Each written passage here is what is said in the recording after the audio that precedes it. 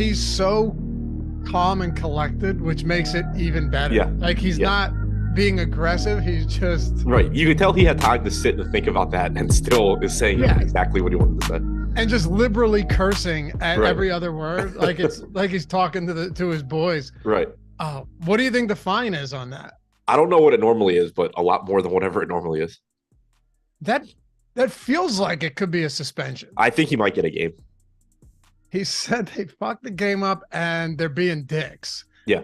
And Ben Taylor was fucking terrible. Yeah, and specifically went after the one. Yes. 2 different times. Oh, man. Look, say what you want. Makes the game far more entertaining. Yeah. I enjoy when guys like say what they're actually thinking. I love the Draymond piece and I love the Van Vliet piece. You sent me that yesterday. It was Dylan Brooks, right? Yeah. Draymond, if you guys hadn't seen that, Draymond just put him in a body bag. Oh, man. The dynasty starts after you, not with you. Yeah. Draymond's pretty cerebral. Like the way he came up with some of that stuff off the top. I'm sure he rehearsed some of it, but it didn't feel that way. It felt like he was just riffing. Oh, yeah. Yeah. I mean, it was obviously edited too, but it was good. Oh, yeah. I like Dre. I said to you yesterday that I think he gets a reputation sometimes that he's like a goofball because he short circuited on that presser once where he just went for like, remember that where he just, his jaw was just open for like 30 seconds and then he snapped back to life. Yep. But smart guy, man. And he just carved up Dylan Brooks. What's going on, everybody? Welcome to the Stokastic.com NBA strategy show presented by Prize Picks. Dave Loughran here at Lofty_D on the Twitter. Hit me up, LOUGHY_D. While you're there, say hello to Adam Scherer at Ship My Money DFS. What's going on, man? Not much. Pretty frustrated by last night. Played a lot of Joval, who played 2 minutes in the first half. Played a lot of Jaylen Brown, who sucked. Thibault sucked, as I figured he would, but I still played him. And then OKC did exactly what I said they were going to do, except for I didn't play the guys that I should have played. So really frustrating slate. Excited we get another one today. Me too. I have a question. I have a very odd question for you. Are you ready for this before we get into some basketball? Probably not, but go ahead. All right. I'm curious on chat's thoughts. I was thinking about this today. I get out of the shower. I use the Manscaped cream, spritz it up. That stuff's incredible, by the way. And like it's become a routine of mine. I shave, clip my fingernails, and then I was like, shit, man, when's the last time I clipped my toenails? So I clipped my toenails, and I was thinking to myself, like, you probably clip your fingernails every what? How often? Every like week or so, probably, right?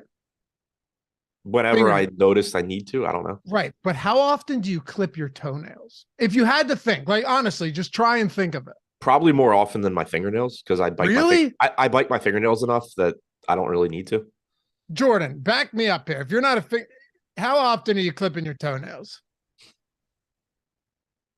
At most, right?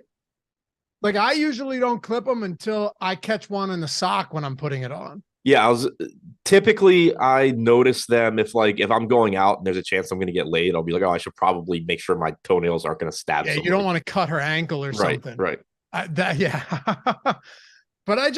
was just a thought. Like the ratio's got to be 8-1 for me. Fingernails to toenails, right, Jordan? Probably like 8-1. You know, I don't know. Curious where you guys are at on that. But yeah, if you're, let's say you're a married man and you're not worried about that. So you're never getting laid. No. You just don't care if, there's a scratch. If you stab your wife, sure. What happens? There's no chance. There's no way that you're like constantly doing that. There's just no way. No. You're talking like, bi-yearly, something like that.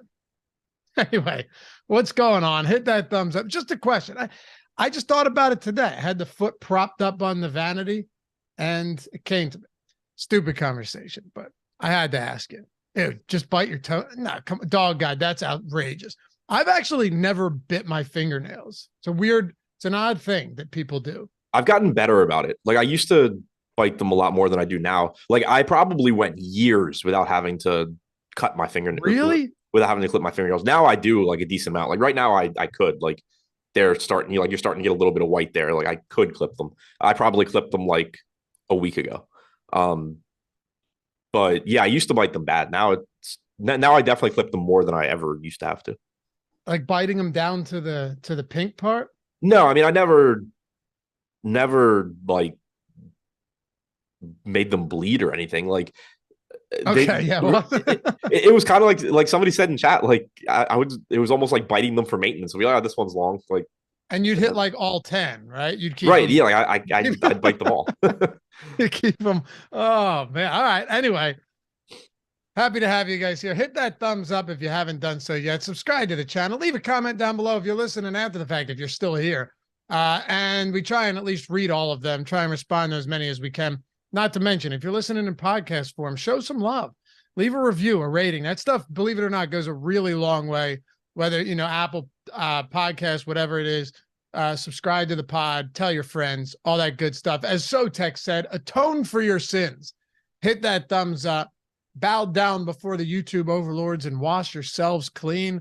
We got another nice 6-game slate today. Detroit's got mostly everybody probable. Just running through this with you real quick, and then we'll dive into the actual games. Did you see, however, how many people are out for Brooklyn today? I had not. Oh, actually, okay. I have, because I have 2 teams left in the DraftKings best ball tournament, and one of them has both Cameron Johnson and Spencer Dinwiddie. So I was really thrilled when they started announcing all that yesterday. Yeah. Claxton's out, Simmons out, Royce O'Neal out. All of those guys are out today. So yeah, we're back to a normal March slate, unlike yesterday where you were playing guys like Aaron Wiggins and Matisse Thybulle and Cam Reddish and these really just unbelievably bad value plays. We're going to have plenty of it today. No question. Yeah. And then you had to guess with OKC as well. Right. Well, we got 6 of them, and we got the strategy show starting right now. Let's dive into it. Utah and Orlando. So Jazz 3.5-point dogs here. This is kind of interesting because Clarkson and Kessler are both questionable. Colin Sexton is still out. So we'll see how that one plays today. Let's start it off with this, because this could make things interesting, especially going up against Orlando. Relatively high total here. Should be a pretty close game. If Kessler is out, how do we approach the front court today, assuming he's not playing? You should get more productive minutes from Kelly Olynyk. He didn't play a lot last game, which was surprising. Didn't expect him to lose playing time with Walker Kessler being out, but only played 27.7 minutes. I would expect you're getting at least like 27, 28 minutes from him. If Kessler's out, it does make his production look a little bit better, playing more minutes at the 5, but it doesn't change a ton. Like Damian Jones played 23 minutes off the bench. This doesn't strike me as a slate where you're going to be needing to get too much Damian Jones for value, even if he does play low 20s in minutes. I don't think Kessler being out changes that much. It just, opens up some rebounding for guys like Olynyk and Markkanen. Okay. And then if Clarkson ends up sitting this one out with the finger injury, I mean, you already have no Sexton. The question here is more so like Chris Dunn is 5,700 now on DraftKings. Taylor Horton Tucker 6,500. Clarkson wasn't back long enough for those price points to come down considerably. Yeah, I don't think it makes anybody look that good here. Like, it certainly makes guys like Chris Dunn and Taylor Horton Tucker and to some extent Lauri Markkanen look marginally better if Clarkson's out, but none of them end up standing out as values. Like, you still only got 24 minutes from Chris Dunn last game. Yes, he had a very good game, but he's 5,700. Like, on this slate, I don't need to get there with or without Clarkson with any level of frequency. Taylor Horton Tucker is up to 6,500. He played almost 34 minutes last game. He probably starts if Clarkson's out, but there's just going to be plays that still look better because these price tags are already elevated for guys being out. True. Now, do you think, and Markkanen's not exactly cheap, but you would have pretty condensed usage here between Markkanen and actually, I wouldn't even want to say condensed. It'd be a ton to Markkanen and then kind of dispersed everywhere else, right? Because I don't think there's anyone else that in the event that Clarkson were to sit that comes in and is just a, super high usage player in a situation like this behind him. Right. Like, you get some usage from Horton Tucker, some from Olynyk, but if Clarkson's out, and Sexton obviously already out. This team doesn't have many guys that have any level of offensive game. It's Olynyk, Markkanen, Horton Tucker. Say what you want about like Rudy Gay off the bench, but there's not that many guys here that can create or can really do much offensively outside of just shoot wide open shots if they happen to be open and get the ball. So you have to expect that Markkanen's going to have a high usage rate. You do potentially see an increase for Horton Tucker and Olynyk. The problem is just that, again, these salaries are already elevated. Is there anybody else like right now, given the current situation, if everyone's in, that you want to play? No, I mean, if everybody's in right now, Markkanen is the only guy pulling ownership. Even that seems kind of surprising to me at 9,600 that he's getting 14%. I think that he has a very high ceiling. I think he's a decent play, but I'm kind of surprised he's getting as much as he is. But other than that, I don't really see anything here. Kessler's up to 6,900. Clarkson is nearly 8K. Olynyk's up to 6K. The pricing on this team is extremely aggressive. Well, then what about on the Orlando side of this one where, we have decent ownership going to Banchero, going to Fultz, almost 20% going to Cole Anthony as well. Franz Wagner getting 10. Of course, Wendell Carter Jr. is out again.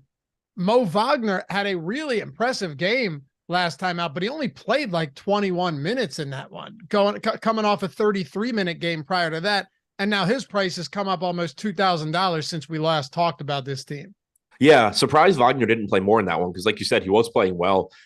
It makes it really risky to go to him at 5,500. I think that he's still interesting in tournaments just because he's getting 4.5% ownership right now. And we've now seen him play 33 minutes. We've seen him play 21. Like if he plays 30 minutes, he's still a good play at 5,500. If he plays 21 minutes, he's not, or most likely isn't. Like last game, he still would have been, but most likely isn't. So there's a lot of volatility there. We don't know exactly how it's going to look.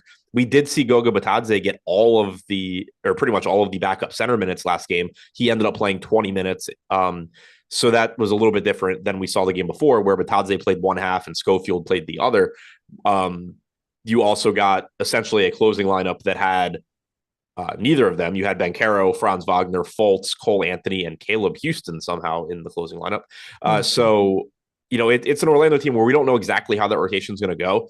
You certainly still have upside on Mo Wagner, but he's a lot riskier now at 5,500 than he was at 3,900. Cole Anthony at 5,300, still pulling some ownership. No real issues with that. He played 33 minutes last game. You saw 24 the game before. Typically, you're going to be seeing him get in that like 26 to 28 minute range. You're going to have Gary Harris back, so that potentially cuts into his minutes a little bit.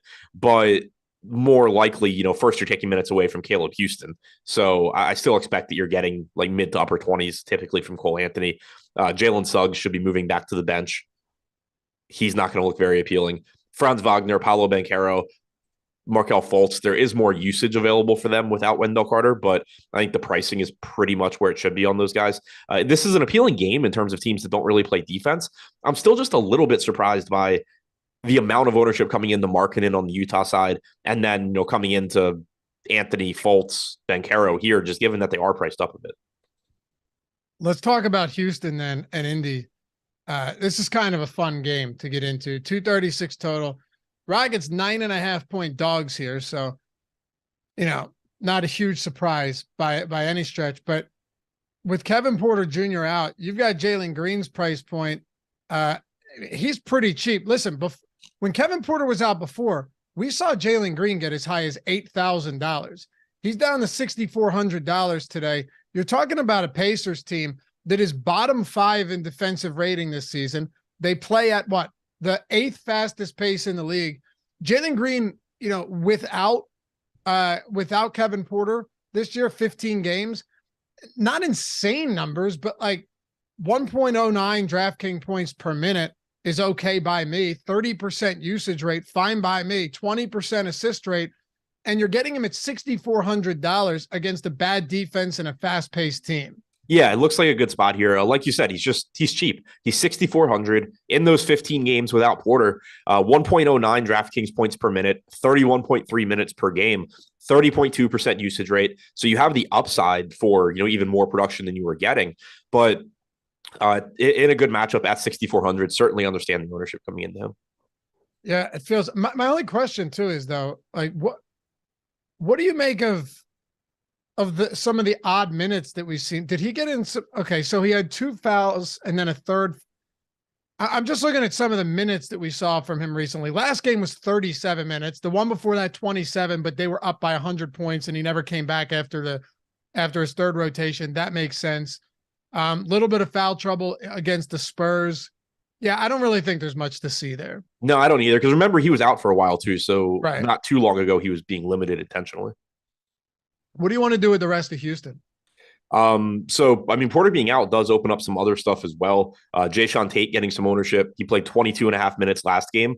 Porter was in for that one, so you could conceivably get more here. But again, kind of surprised you're getting that much ownership going to Jayshawn Tate at 4,100. I think he's a reasonable value. I don't think he looks that good unless he does end up starting, then he would look better. Şengün at 7,400 gets a bit of a usage bump without Porter. He's always a high upside guy. He's in a nice spot here against Indiana. That looks like a pretty good play. Tari Eason's pulling ownership at 5,600. I don't totally understand that. He did play 28 minutes last game. That was a game where Jabari Smith played 32. So, I mean, that's a good sign for Tari Eason. And I've talked about it before that you are getting more minutes from him alongside Jabari Smith. Now that Eric Gordon's gone, you potentially see even more of that today with Porter out. So I think Eason gives you a nice ceiling, but that price tag is increasing. He is, still risky there. You run the risk of, occasionally getting a 24-minute game. So a little surprised he's as popular as he is, but I do think he has a nice ceiling here. KJ Martin at 5,500 looks okay. Jabari Smith looks okay at 5,400. He's finally started to play a little bit better recently. There's going to be a lot to like from this team. Yeah, there really is. And Sotex, 68 on FanDuel. We have him 23.5%, around 24% optimal percentage on FanDuel, 24% on DraftKings. They basically have the same ownership projection too on both sites. So yeah, looking like pretty strong options. Maybe a little bit overowned according to the boom bust tool, but definitely nothing crazy. You're still getting them optimal almost a quarter of the time. So pretty interesting spot there. What do you want to do with the other side of this one, talking about the Pacers? Because I mean, it obviously is a good matchup. And I know that Halliburton's price is not cheap. Like, this guy is very expensive, and a lot of days we have difficulty getting to him because there's so many great plays on the slate. But listen, he's been fantastic lately. He's playing mid-30s to potentially high 30s in minutes every night. He's one of the best, if not right now, the best facilitator from just an overall statistical perspective in the league. I think 9,800 actually doesn't look all that bad on Halliburton against the Rockets. Yeah, I mean, I think it's reasonable. And the other thing too is when you look at this slate, it's different than yesterday or recent slates we've had where you've had a ton of 10K plus pay up options. The only guys north of 10K or 10K or higher on the slate: Giannis at 11.9, Curry at 10.5, Randall at 10K. You don't have Jokic, you don't have Embiid, you don't have Luka.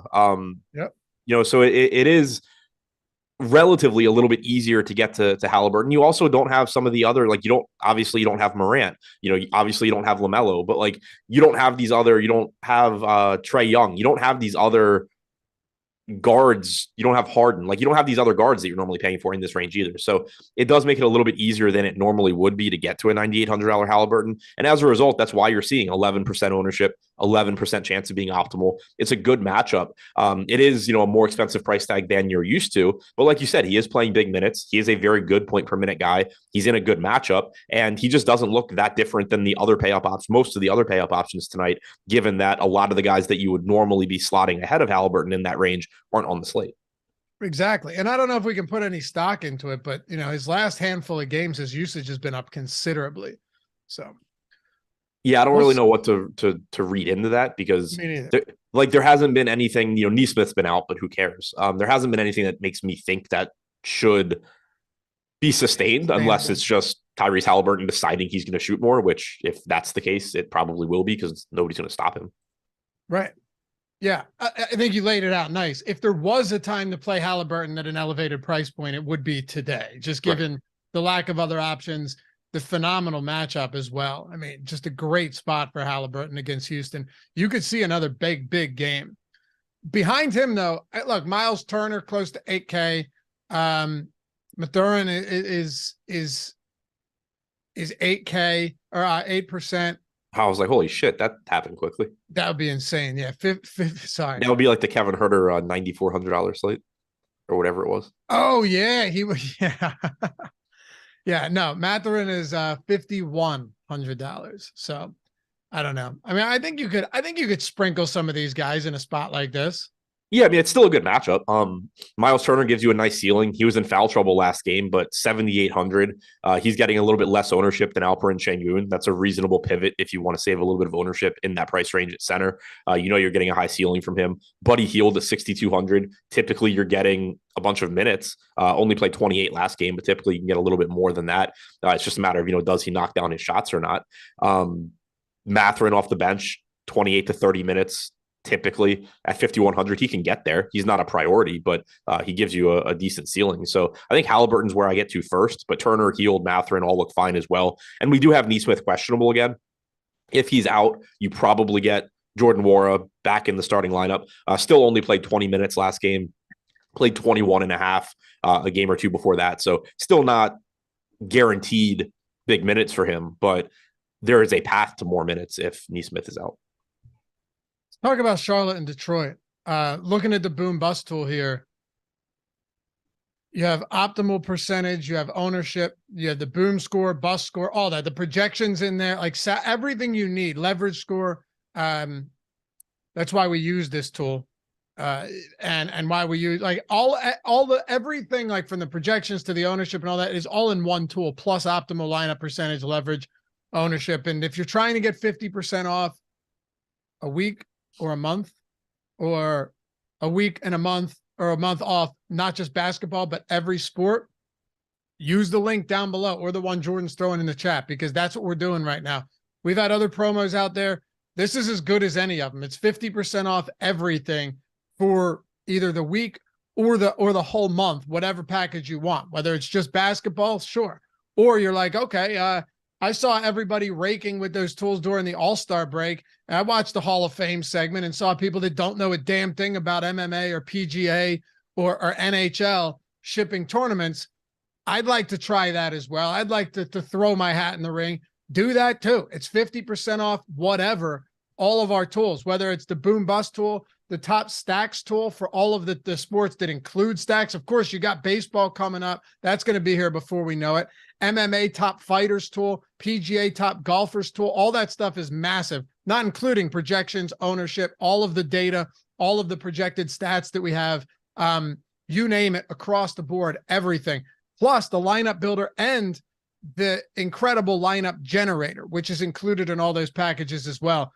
Get into it. Plus, if you're like, okay, you know what? I don't really want to spend a bunch of money right now. Yeah, 50% off is amazing, but I'm a little bit tight right now. But you still want something. The lineup generator, you can grab a la carte. You can grab by itself for 50% off the first week. That knocks it down to less than $4.50 a week. Think of it this way. You go, all right, I'm playing $5 a day. All right, that's still across 7 days, $35. You pay $448 for the entire week. You can use it every single day in all of your contests. Even if you're just, say, like throwing 30 entries or 20 entries into the quarter arcade, it doesn't matter, or the single dollar. This will help you. You can lock players. You can swap players out. You see it right there. Jordan threw it up on the screen. You have the projection, right? And you see closest to optimal, furthest away from optimal, and an ownership as well. You're talking contrarian or chalky, all of that. And Adam, you've explained it well, but for people that might be new to this channel, how is it that something like this, because you explain this better than me, I think it's super important that people actually know how these lineups are generated. How is it that, like, you generate them through the simulations, through simulating them, right? And then you're just discarding all the bad ones, and all these are like top projected lineups as far as optimal percentage goes. Is that right? More or less. Like, it's basically on the back end creating a ton of lineups and then discarding the ones that just like really shouldn't be played, the ones that are too far away from being optimal, or the one that are just too contrarian, or the ones that, if you're looking for contrarian lineups, the ones that aren't contrarian enough. So it's sort of on the back end doing, I think, what like Josh and I talk about with sort of building a lot of lineups and then paring it down by like comparing them to each other. Yeah. So it's giving you lineups that like can actually be played. Now, like, you're going to certainly have preferences where maybe it gives you a lineup you don't like, but it's not going to give you a lineup where it's just like if you choose this, you played a dog shit lineup. Exactly. Yeah. And if you don't like him, you can discard him and then just keep going. You can upload as many to CSV as you want. It looks awesome in mobile too. Like it's all optimized for mobile. So lineup generator, you want to buy itself. There's a link down there for that. Half off the first week, $4.48, or go 50% off on NBA for a week monthly. Go for the full month on every sport. You get lineup generator included in that too. And if you have questions, hit me up. My DMs are open on Twitter. Happy to guide you through, what makes the most sense if you're looking to get into it. All right, let's go to Charlotte here. Hornets on the road, 3.5-point favorites against the Pistons, 225.5 total. Only Cody Martin out. Aside from that, everything's as it would be for the Charlotte. Of course, LaMelo done for the year, but aside from that, this team is good to go. Are there players on Charlotte that really stand out today in a good matchup against the Pistons? Because Oubre's popular, Hayward, Rozier, Williams, even Dennis Smith Jr. is getting right now 10.9%. Yeah, I'll say the whole team looks pretty appealing. I don't think there's one player that you would expect to pull a massive amount of ownership. Kelly Oubre leads the way right now at 22% with a 19.5% chance of being optimal. But that's in part because he's shooting guard, small forward. So he's really flexible, easy to get into lineups. He's playing big minutes, coming off of another game where he played 35.5, and that was without closing the first half because he had a couple fouls. They didn't bring him back. You had Bryce McGowan's in that closing lineup where it would normally be Oubre. So you're getting huge minutes from him. You're getting huge minutes from Rozier. Gordon Hayward's playing a lot. PJ Washington only played 30 last game, but again, he was in some first half foul trouble. Didn't close the first half. JT Thor was out there instead. He still got the 30 minutes. He had gotten to 36 the game before that. So you're just getting huge minutes from these starters. Dennis Smith Jr. playing, low to mid 20s role off the bench. So a little surprised he's getting as much ownership as he is here, but certainly, could have a good game. But the starters, Oubre, Rozier, Hayward, Washington, you can expect big minutes from them in a good matchup. And then Mark Williams is typically giving you 28 to 30 minutes when he avoids foul trouble. Not a bad matchup here against Detroit. He's a good point per minute guy, pulling about 12% ownership at 6K. I don't have any issue with that. If you want to go the high variance route and play some $3,600 Nick Richards, hoping that Williams gets in foul trouble, that's fine at low ownership, but clearly not anything you should be prioritizing. Okay. Top option from Charlotte, is it Oubre? Yeah, I think it's Oubre because of the positions. And then Rozier, Hayward, Washington Rozier, Washington, Williams, I think all look pretty comparable to each other. Hayward as well. Like those four are all pretty similar. I think that Oubre stands out as the top one just because of the shooting guard small forward. All right. Let's go to the Detroit side here. Killian Hayes. Everybody's excited when you get a moderately chalky Killian Hayes because that always ends extraordinarily well. He's coming in around 20% today. And I should mention too that Bojan Bogdanović could be shut down I don't think he's officially shut down for the year, right? Yeah, they said could be. Could be, yeah. Isaiah Stewart's out. Diallo's out. Alec Burks is out. And then you have Killian Hayes and Jalen Duren probable for this one. So once again, a bit of a mess here, but we have a decent idea of what we should be looking at here with Jalen Duren and Killian Hayes expected to play. Are you jumping right back to a guy like Killian Hayes at a mid 5K price point? Yeah, I like the price tag at 5,400. There is usage available with no Bogdanović. This team isn't as shorthanded as they were recently now that Hayes is back, but you still don't have Burks. You don't have Diallo. You don't have Bogdanović. There's a lot of minutes available here.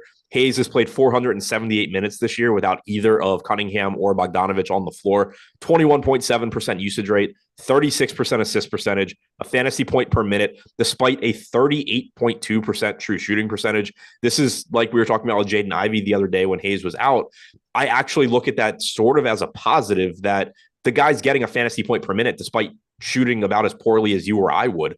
His true shooting is 32%. 38.2. My God. In 478 minutes without Cunningham or Bogdanović. So to me, that sort of just speaks to how high the ceiling is, because just because the guy's bad at shooting doesn't mean he's never going to have a game that he happens to make some shots. But even when he has been horrendous at shooting, he's averaging a fantasy point per minute.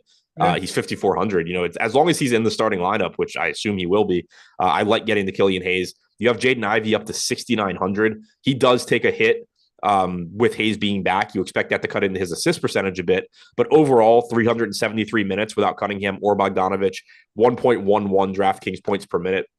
I'm looking now to see with Killian Hayes on the floor exactly what that looks like. But one way or the other, you expect increased usage for Ivy. He's not an efficient shooter either, but it is a very favorable matchup. The shot volume should be there for him. The price tag, is elevated. So he's riskier than he was when he was 5,800 or whatever it was before, but still pulling about 15% ownership. I don't have any real issue with that.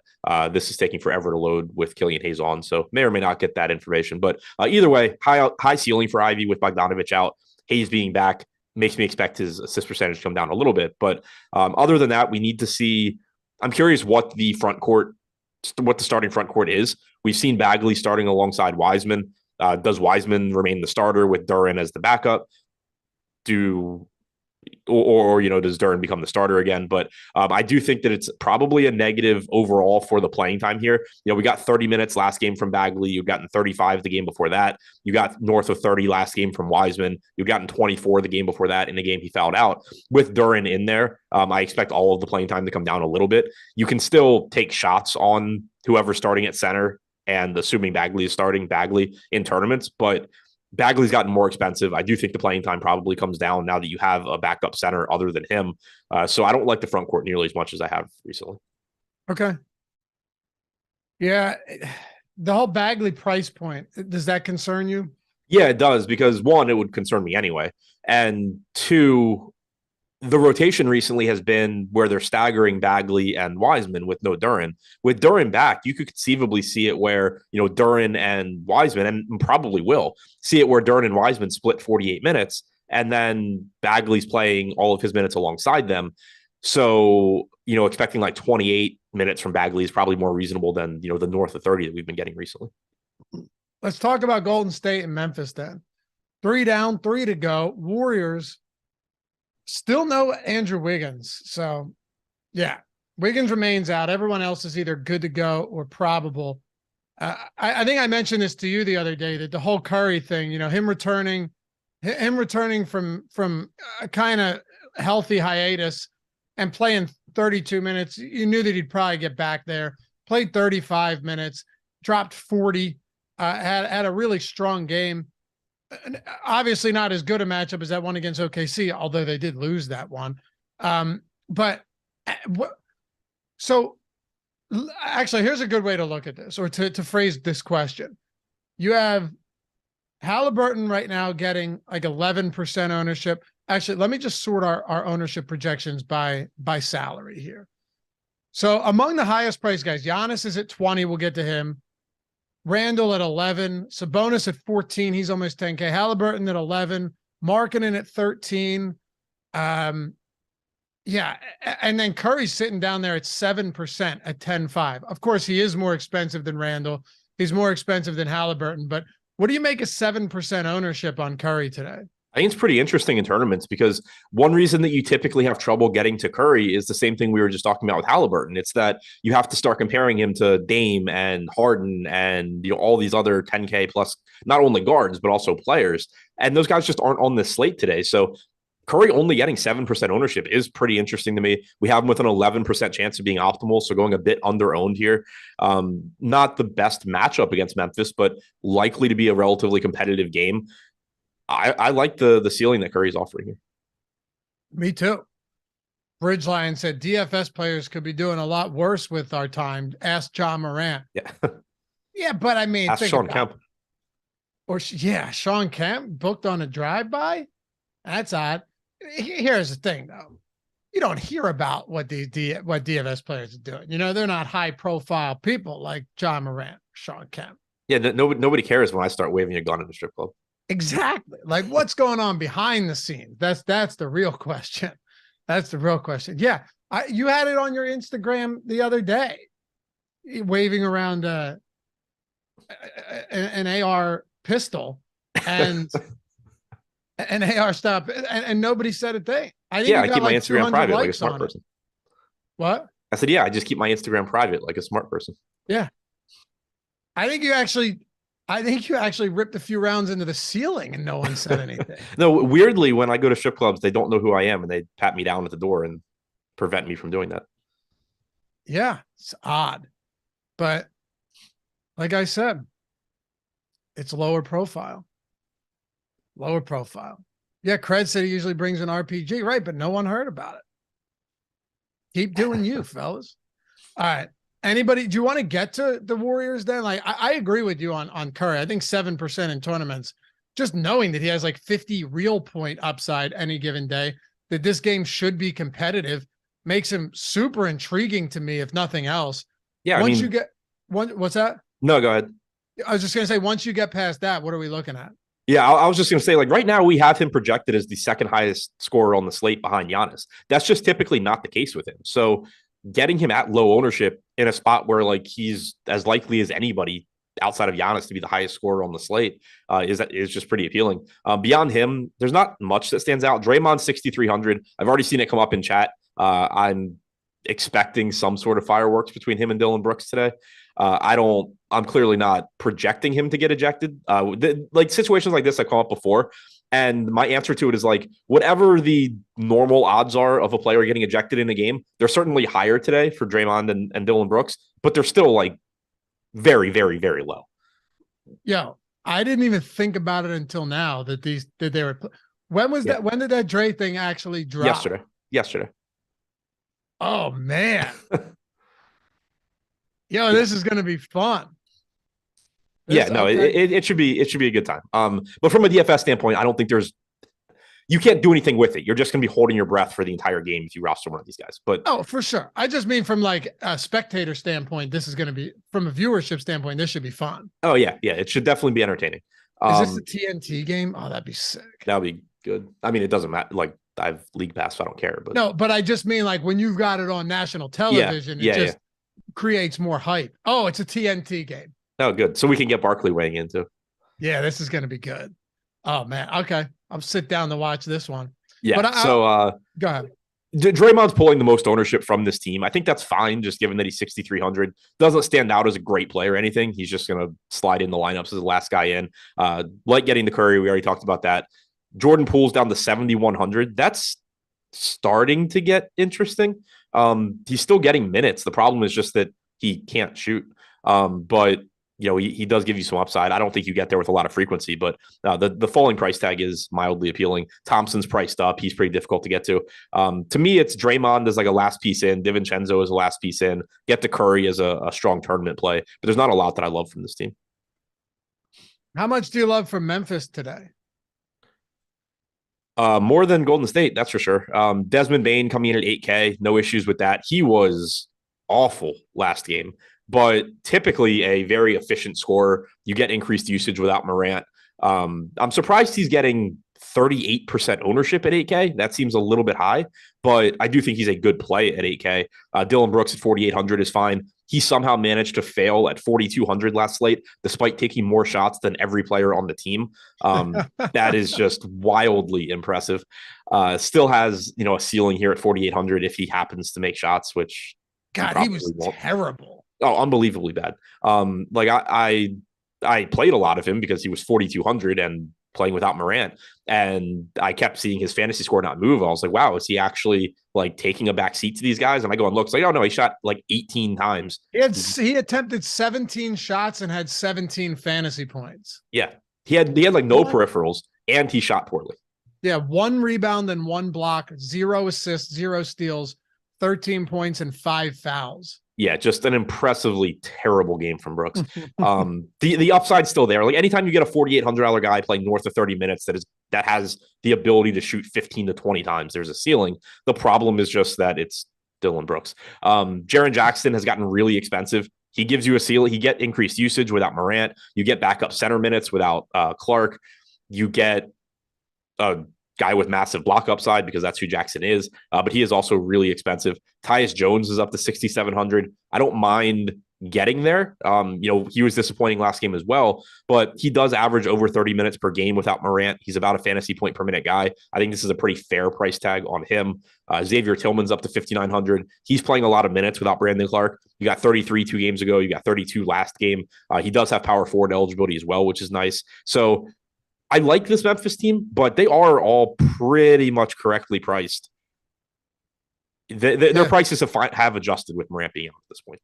Big time. Yeah. I mean, look, this is the most expensive Bane has been, and he's still getting 37%. So last question on this team. You touched on it briefly, but just one thought on Jaren Jackson here. Jaren Jackson's price has come up. Like this team, they haven't just adjusted these price points. These price points are, I mean, they may have over adjusted in some spots like Jaren Jackson. Could be wrong. I mean, he's still a great player, but 8,600 on him, that's a tough ask, even though he has the ceiling. I mean, at the same time, 7 games this year with no Ja Morant, 1.32 DraftKings points per minute, 27% usage rate to go along with that block upside that he offers. It's the way I view Memphis right now is like they're all at price points that I'm not comfortable with.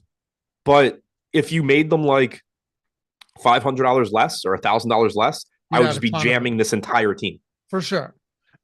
With Jaren Jackson, though, don't get me wrong, the per minute production is great, but it's just like not all per minute production is created equal if Jaren Jackson's only going to play 31 minutes. Sure, yeah, and he's averaged about 30 minutes per game in the games without Morant. He's played 4 games where Morant's been out and both of Bane and Brooks have been in. 25.6% usage rate, still about 1.3 fantasy points per minute in those games, 29.5 minutes per game. Like you can expect around 30 minutes from him, 1.3 fantasy points per minute. Like it's really, you know, what I was just saying, like, I think that they're pretty much correctly priced. You know, I think that they're still playable. You're just not going to be super comfortable with those plays because there is downside risk here. But if you made them any cheaper, they would just all be like slam dunk plays. Yeah, that's true. All right. Well, your guy heads will explode. We'll get to Brooklyn. So this should be interesting. Dylan said, Lafayette, your boy Jang got me. Hey, Ousmane Dieng. It was only a matter of time.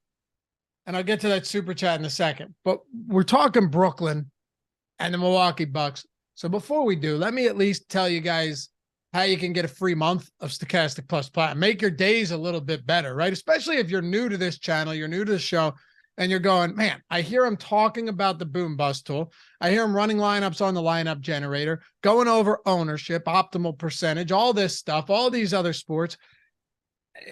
But right now, I'm just not at a point of my bankroll where I can pay for it every month. It's $120 for every sport, for all the tools. Man, how could I get that for free? I'll tell you. All you got to do is be in a state where Prize Picks is legal. Click the link in the description or the one that Jordan threw in the chat. That's it, right? And deposit over there on Prize Picks. It could be $10. It could be $100. No matter what it is, up to 100, you're getting 100% match deposit bonus. So if you deposit 100, your balance is going to say 200. If you deposit 10, it's going to say 20. And you're getting a free month of Stokastic Plus Platinum. Every single tool on our site is available to you. $120 value, full calendar month, including the premium Discord. There aren't better offers than this. Like, the whole point of this is saying, hey, we want you guys to win. We think that these tools are going to make you win. And in order to do, hey, we want you to check it out. Here, sign up on Prize Picks. You got to use the link or we can't find you. Sign up on Prize Picks. Check out Prize Picks' awesome format because they're crushing recently anyway. Prize Picks has been killing it. Josh is doing a video every day of the week now because why not? Check that out on the Odd Shopper channel. Check out all of the free tools that are going to help you win on Prize Picks. 10x, 25x your entries, even 2x if you miss a spot and only hit 4 of 5 on your 5-pick flex plays. Look, legit no-brainer. If you're in a state where it's available, non-legal betting state generally, you're looking to scratch that itch, but you also love DFS and want to use all the free tools, come check it. If you haven't done it yet, what are you waiting for? In all seriousness. But hey, check it out. Prize Picks, sponsor of the Strategy Show. Free month, $120 value. You can use those tools in all these low-stakes contests too if you're playing in them where nobody else is using these tools. You win, you stick around. And now we're family for life. Hopefully that's what happens. You bink a contest. If you don't, we can part ways. You go, maybe these aren't for me. That's fine. But check them out. Link in the description and in chat. We got you. Full month for free and $100 first match deposit bonus over there on Prize Picks. All right, let's go. Brooklyn Nets. We had a super chat, Adam, asking, who are your two, from Chris. Thanks, Chris. Who's both of your favorite plays right now? Day'Ron Sharpe at 50% minimum salary without Nick Claxton has to be up at the top of the list. Yeah, I mean, Sharpe and Thomas, I think are probably your answers. Yeah, right. Brooklyn. Yeah, the top two. We saw what Cam Thomas did when everyone else was out. It is interesting to me, though, that Bridges is only getting 10%. Like, I know it's Milwaukee. I know it's a tough matchup, but you've got Bane getting 37% at 8K.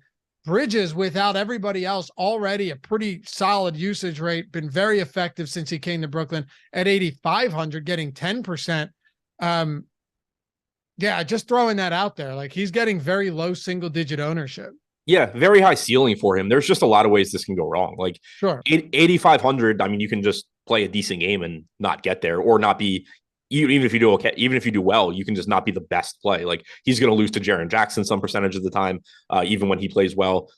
He's going to, there's just other good plays to get to in that range. But then also, it is a brutal matchup against Milwaukee where you could very, very, very easily not be getting a fourth quarter out of Mikal Bridges here either. So there's a lot of risk. There is a lot of potential reward. I mean, if this game's competitive, there's a very good chance that Mikal Bridges is a big reason why, and that you're getting a massive game. So I think the ownership is more or less correct. We have him with about a 7% chance of being optimal, 10% ownership. Only one position as well, which makes no sense. If you're giving guys MPE, how does Mikal Bridges get one position? And it's shooting guard. It's not even like a forward spot. I know. It's nuts. Hey, by the way, how did Eric, we might bring those reads back. Don't worry. How did I didn't see it, but how did Durant slip pregame? Like, is there video of that? Yeah, there's video. He just like went up for a layup or a dunk and rolled his ankle.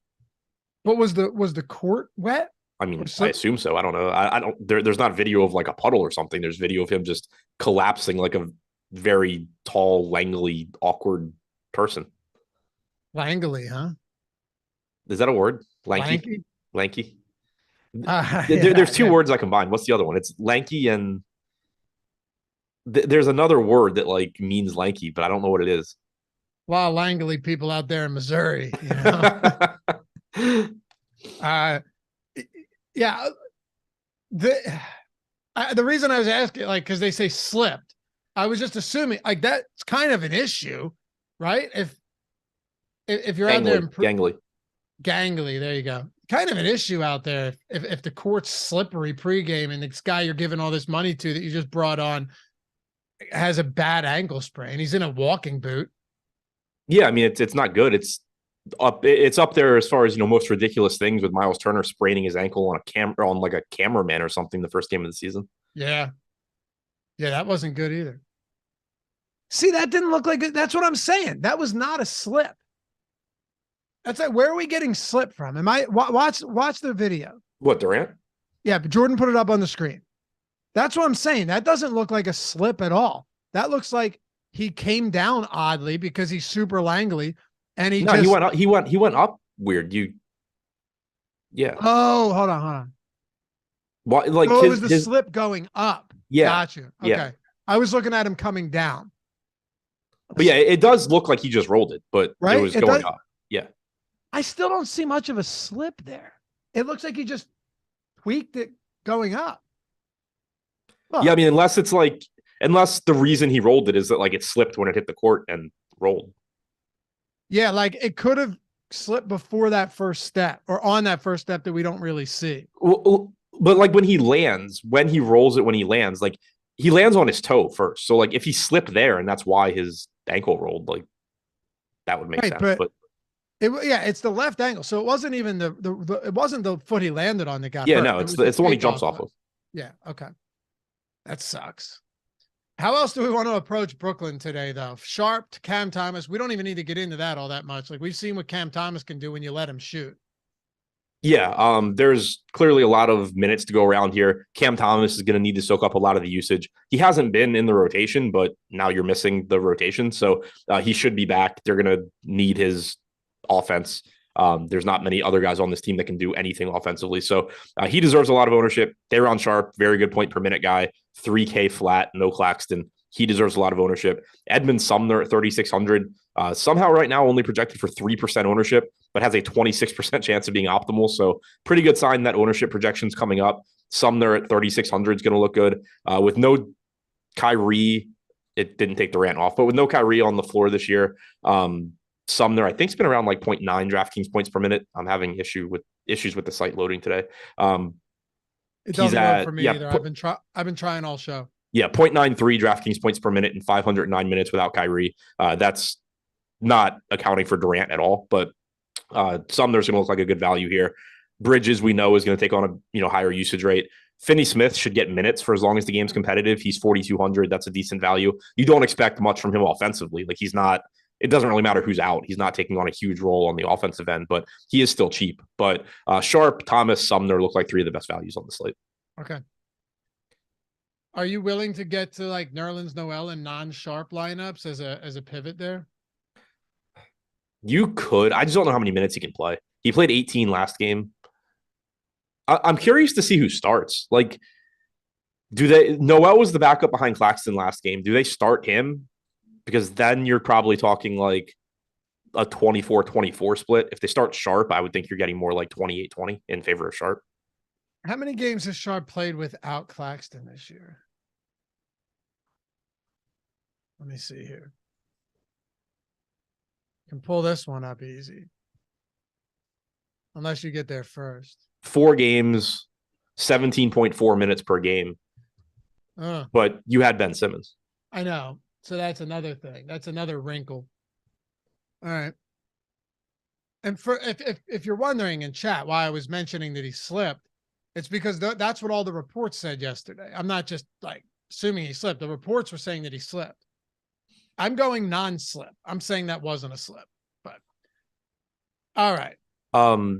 Curry and Patty Mills are the two cheap guys here that, and I guess to some extent Harris, but Curry and Mills are two cheap guys that actually can, handle the ball and could play and, play a bigger role than we're expecting right now. So the starting lineup will give you more information about, who you can expect minutes from. We got 22 minutes from Curry last game. You got 23 from Harris. So we do need a starting lineup, but you have a cheap Sharp, Thomas, Sumner, Curry, Harris, Mills. Like, there's Noel. There's going to be value here. Remember the other day when you and I were talking about Middleton and going, well, he went from 23 to 27. Do we see him ramped up to 31 right away? Or does he stay there? Well, he played 31 minutes. But now I wonder, like, how much of that was, all right, let's just, give him a little extra burn today because Giannis and Holiday are out, and then set him back to 27 off the bench. Like, I still don't know, because he started for the first time since mid-December. I just starting with Middleton here, I'm curious because he's 7,200. Like, do we just assume that he's back in the starting lineup again today? Or with Middleton and Giannis back, do you think he goes back to the bench another 26, 27 minutes? I assume he's starting. I don't really know why they would walk him back. Like I was saying before that game, if he started, I thought that it was a good sign for his playing time.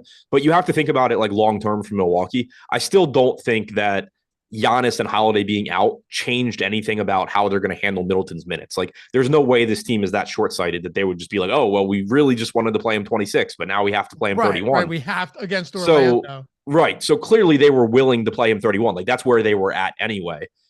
It would be weird to me if they walk it back. Like, if he comes off the bench here, I assume he's playing upper 20s, but I expect him to just remain in the starting lineup at this point and play 30-plus minutes moving forward. He's been nice off the bench, though. I mean, they'll probably still stagger in some way, shape, or form. You have to. Yeah. And they always have to some extent. 7,200. Do you like him against Brooklyn? Do you like anybody not Giannis Antetokounmpo? Yeah, I think Middleton's the second guy there. Giannis clearly is the first one if you can get there. Middleton is fine. His per minute production, the more minutes he plays, his per minute production is going to drop because you're just getting a higher percentage of his minutes with Giannis and Drew on the floor, but that's offset by playing more minutes. And then assuming that they do stagger him so that he's still out there without Giannis, you're getting those very productive minutes still. So you do get a high ceiling on Middleton. It is kind of nice too, because like this game does have a lot of blowout risk and you're not overly concerned about it, especially when you're talking about the team that you're expecting to win, because a lot of times if the game blows out in a way where they're not playing in the fourth quarter, it's because they produce at such a high rate in the first 3 quarters. But it is kind of nice when you're talking about like a $7,200 price tag instead of $11,900, because it's just easier, to pay that off in limited minutes, obviously. So I think Middleton's a decent tournament play. We do have him going a little bit under owned, but certainly, not the level of play he was the other day when both of those guys were out. Chris, I answered your first super chat. We talked about it. Unless there was another one that didn't go through, but appreciate it. Ready to wrap this one up? Yep. All right. And hey, appreciate getting us over 100 likes. Big stuff here. Super helpful. And like I said, 50% off everything or the lineup generator, whatever it is you want, description down below. Free month too, if you're not at Prize Picks and you can play there. That's in the description and in chat. All that good stuff. Get you where you need to go for sure. Let's go to the New York Knicks and wrap it up with them and the Sacramento Kings. I'll toss this over to you. Julius Randle, another one of these high-priced guys, but not a ton of them on this 6-game slate. How do you prioritize a guy like him against the Sacramento team that's pretty conducive to high-scoring games? Yeah, great matchup. You also have Jalen Brunson questionable. If he's out, that does bump rates for Julius Randle. He was very disappointing last game, but you can't really read into that at all. At 10K, if Brunson's in, he looks okay. If Brunson's out, he looks better. It's very similar to Steph, where normally at 10K, it's just kind of difficult to get to Randle, but it's not as difficult on this slate. You don't have as many good pay-up options, and you do have a great matchup with Sacramento. The playing time should be there. Randle's going to look good one way or the other. He just looks better if Brunson's out. Do you like any? I guess that's tough too, because like you said, if Brunson's out, then that changes a lot of things here. We currently haven't projected in, but how much do we go back to quickly here? I mean, what are we looking at as far as a potential absence for Brunson outside of Julius Randle? And I know quickly not great last game, didn't shoot well, did play 35 minutes though. Yeah, the minutes were still there. He didn't play 45 like he did the game before, but you're still getting a bunch of minutes in a good matchup. 6,600, still a decent price tag. It's similar to Tyus Jones. You're still getting them at the same price. They both are going to look good. They're not as good as they were the other day when they were 4,900 and 5,500 or 5K, but they're both still good plays. You can't get the quickly now if Brunson's in. When he was 5K, you could actually play him one way or the other. But if Brunson's out, I'm still going to be wanting to get the quickly. RJ Barrett is going to look better if Brunson's out. He's essentially unplayable, I think, at 7K if Brunson's in, because it cuts into his playing time too much. But if Brunson's out, you should get a bunch of minutes for Barrett. Makes him a decent secondary option. Josh Hart probably gets more playing time if Brunson's out. Not a great point per minute guy, but he is still only 5,200 coming off of a game where he played nearly 33 minutes. Mitchell Robinson, still a good center play with or without Brunson at 5,600. You're getting increased playing time from him. You got another 32 minutes last game. Barring foul trouble, he's just consistently giving you north of 30 minutes. Good matchup here against Sacramento. So one way or the other, I like Robinson in tournaments as a low-owned play. I like Randle one way or the other. I just like him more if Brunson's out. If Brunson's in and not limited, he looks decent at 8,400. If he's out, quickly looks good. Barrett looks good. Hart looks good. If he's in, Barrett and quickly look essentially unplayable, and Hart doesn't look as good either. Okay. It does suck. This is the last game of the night. It does suck. Now, by 2 hours. What would you say if I had to ask you right now to prioritize these? Jalen Green, Tyus Jones, or Emmanuel Quickly in the event that Brunson is out? All basically the same salary. They're super close. They're all like 1 to 1.1 fantasy point per minute guys. Quickly probably plays the most minutes, just again because the only insane coach out of Silas, Thibodeau, and Jenkins is Thibodeau. So True. I guess I would lean Quickly, but like on the other hand, Green and Jones is still playing with Bane and Jackson and Brooks. Like those are high usage guys. Green is playing with Şengün and pretty much nobody else. So like Green would be my guess at like if you tell me one of these guys, like for a fact one of these guys scored 45 actual points, my guess would be Jalen Green. But in terms of like who I would get to first if I know Jalen Brunson's out, probably Quickly just because he has the highest minutes projection and they are similar point per minute guys. Right. Yeah. Who knows? Tibbs might play him 45 minutes in regulation again. Right. That's like true. Taylor Jenkins' MO is like not going crazy on his starters in the regular season. Granted, maybe we do start to see that change a little bit since this team is dog shit right now, but he's always been a deep rotation guy. He's never been a run your starters into the ground in the regular season. He doesn't even play his starters enough minutes in the postseason. Thibodeau just looks to win the regular season at all costs. Right. Yeah, that's true. All right. Sacramento will wrap this up. Sabonis, De'Aaron Fox. Sabonis is relatively popular among the other high-priced guys. Do you want to get to a decent amount of someone like Domantas Sabonis today, comparatively speaking, when you're looking at the other guys priced in the same range around his position? Yeah, it's not a great matchup, but he's another one like Curry that benefits from the way this slate shakes out. Sabonis is always a good play. The reason that typically he's not very popular and that he doesn't show up in a lot of your lineups is because you can spend an extra $1,000 or two and get to Anthony Davis or Joel Embiid or Jokic. And none of those guys are here today. So it makes Sabonis just easier to get to. Very high upside play. We have him projected as the third highest scorer behind Giannis and Curry. He's the cheapest of the three. We have him projected slightly ahead of Randall right now. Randall will have a higher projection if Brunson is out. But one or the other, Sabonis looks like a good play. I think that 14% ownership is pretty much warranted. Okay. Do you want to get to anything else then if we're talking about Sacramento? Not particularly. 5 to 6% ownership coming into Keegan Murray, Harrison Barnes, De'Aaron Fox.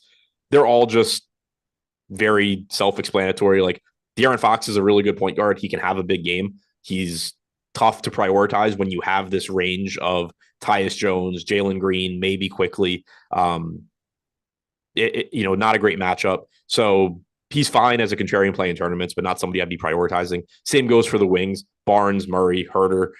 They're all at decent price points. They all have some upside at those prices, but I'd also say that they're pretty much priced where they should be. So they're not guys that, I'm getting to first. Well, hey, you should follow Adam at Ship My Money DFS on Twitter, me at Laffy_D. Say hello to Jordan Klein. Shout him out for producing this one. No issues, dude. Looks like we were good, huh? Yeah. You want to know how serious Jordan takes this? I come on before the show. I say, "Hey, doing, man?" He's like, "I'm okay." He's like, "What's going on?" He's like, "Dude, internet was cutting out on the deeper dive yesterday, and you were really stressed about this morning." Yeah. Appreciate you though. We got through it. Thanks to you guys for hanging out as always. We'll see you back here tonight for the deeper dive live before lock and the Odds Shop. Yo, come hang out with us. Help us get those numbers up. Starting this new show out, Odds Shopper channel right here on YouTube. It's our betting channel. 4 to 5 Eastern. Then you can hop right into the deeper dive live before lock. Come hang out, shoot the shit. We'll talk and chat. We'll get some good bets and we'll put you on your way. As always, we'll see you guys back here for the next one. Peace.